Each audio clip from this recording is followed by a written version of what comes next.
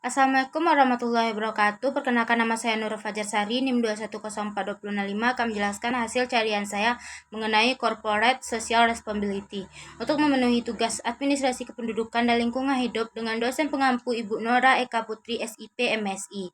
Corporate Social Responsibility atau CSR atau tanggung jawab sosial perusahaan adalah konsep di mana perusahaan secara sadar mempertimbangkan dampak sosial dan lingkungan dari aktivitas bisnis mereka. Jadi ini mencakup inisiatif yang dilakukan di luar keuntungan finansial perusahaan dan dapat mencakup seperti kegiatan sumbangan amal, pengurangan emisi karbon, perbaikan kondisi tenaga kerja, dan kontribusi positif terhadap komunitas tempat perusahaan beroperasi.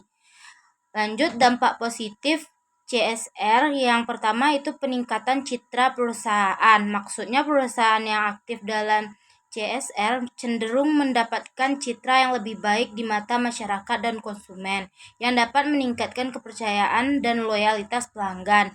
Dan yang kedua yaitu kontribusi terhadap pembangunan berkelanjutan.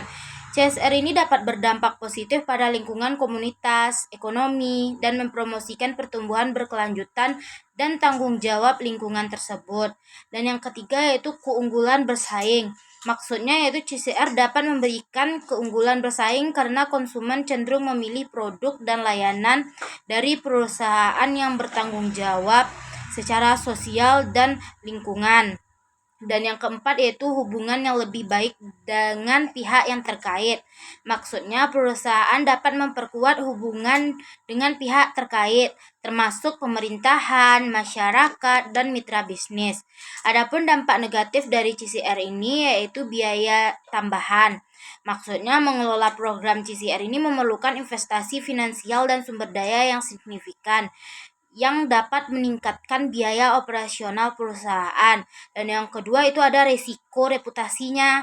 Jika program CSR dijalankan dengan tidak jujur atau terjadi skandal terkait dengan CSR, dapat merusak citra perusahaan. Dan yang ketiga tidak konsisten dengan keuntungan. Maksudnya terkadang praktik CSR ini mungkin tidak sejalan dengan tujuan keuntungan perusahaan, yang dapat menyebabkan konflik internal. Dan yang keempat dampak lingkungan yang tidak intended.